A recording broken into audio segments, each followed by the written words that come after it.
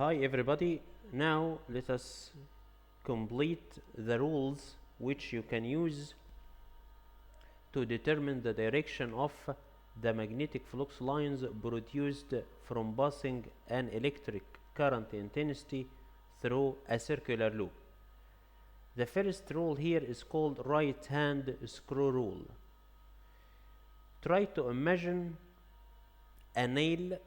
This nail has a screw on its body and you are fastening this nail. You are trying to fasten this nail inside a piece of wood or inside a wall.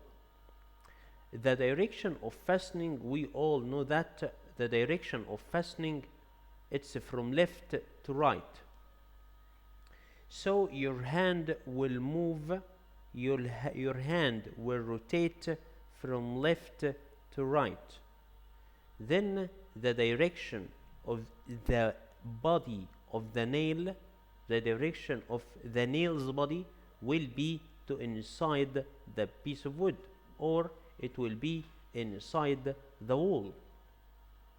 So here this is the direction of fastening, and this is the direction of moving the nail to inside the wall. For example, we will call the direction of moving of your hand, it's the direction of the electric current intensity from left to right, and the direction of moving of the body of the nail to inside, it's the direction of the magnetic flux density B.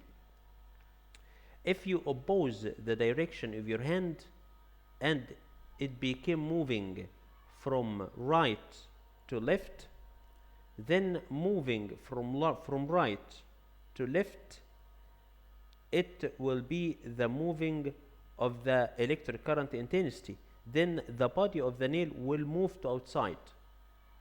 It isn't inside anymore, but it will be outside. This rule, we call it right hand screw rule. So we use it to determine the direction of the magnetic flux at the center of the circular loop, carrying an electric current intensity I. Here, of course, you can use this rule at the center of the loop only. Here the method: if a right hand screw being screwed to tie along the wire in the direction of the current. Again, concentrate please. If a right hand screw being screwed to tie along the wire in the direction of the current, the direction of fastening of the screw gives the direction of the magnetic flux at the center of the loop. So try to at the end, try to imagine that here, this spot here is the center of the loop, and we want to make this nail get inside this center here. So this direction of moving of the body of the nail represents the direction of the magnetic flux density. To make this nail move to inside, you have to bring a screw and move it in this direction from left to right. It isn't in this direction, but opposite to this, from left to right. This is the direction of fastening. So we call it the direction of the electric current intensity I.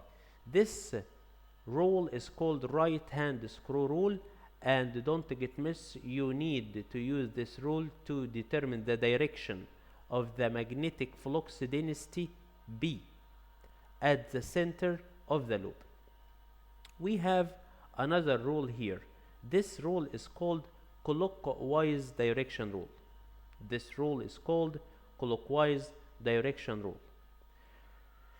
Here we can use this figure in front of you to determine the clockwise direction rule. Let us read first this rule and make a suitable analysis together. We use this rule to determine the polarity of the face of the circular loop. What is the meaning of the polarity of the face of the circular loop?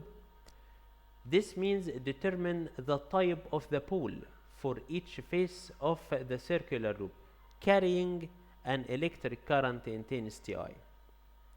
How we can do that?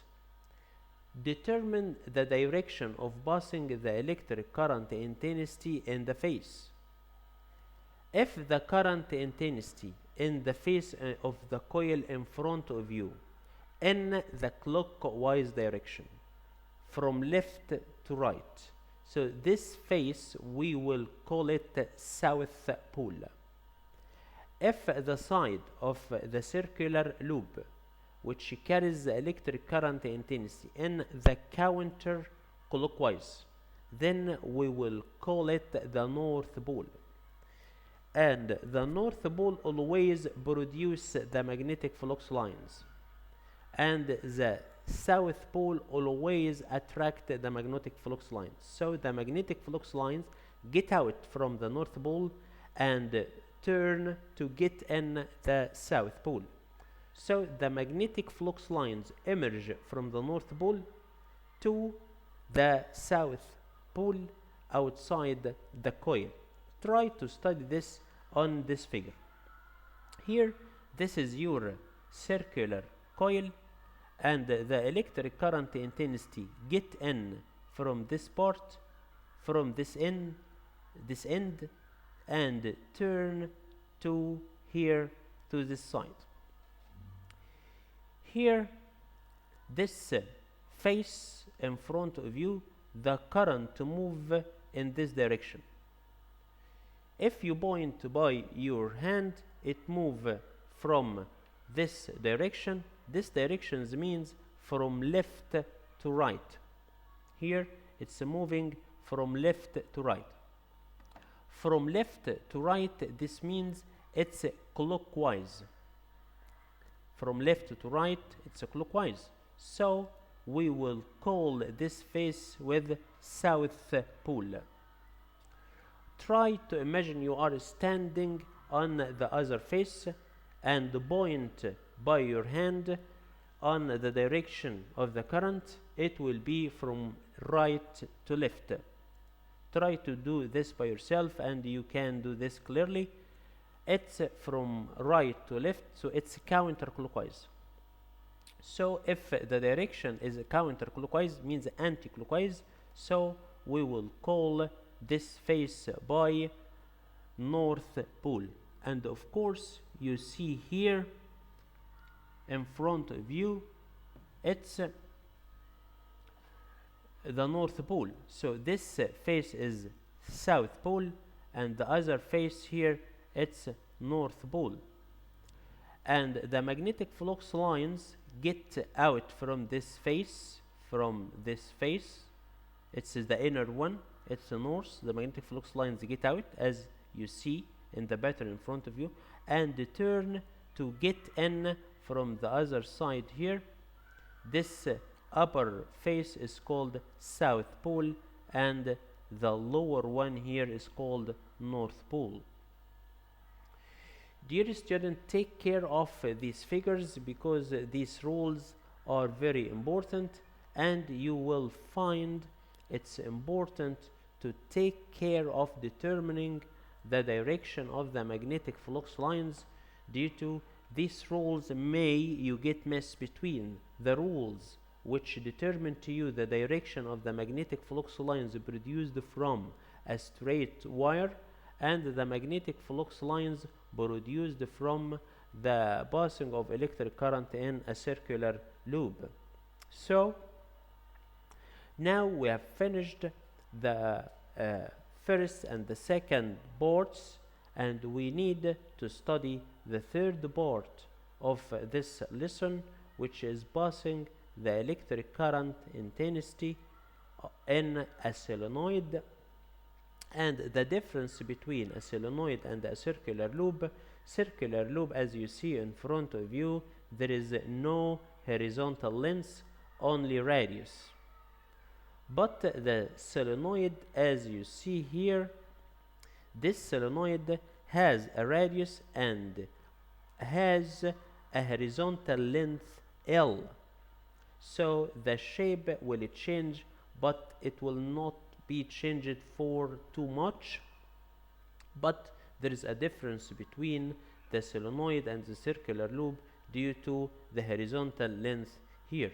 But before starting our discussion, I'll let you take a chance to go to solve the questions on these rules, which determine the direction of the magnetic flux density at the center of the circular loop, and return back to me to start the third part here, which is the magnetic field due to current in a solenoid, and try to learn together the shape of this magnetic flux lines.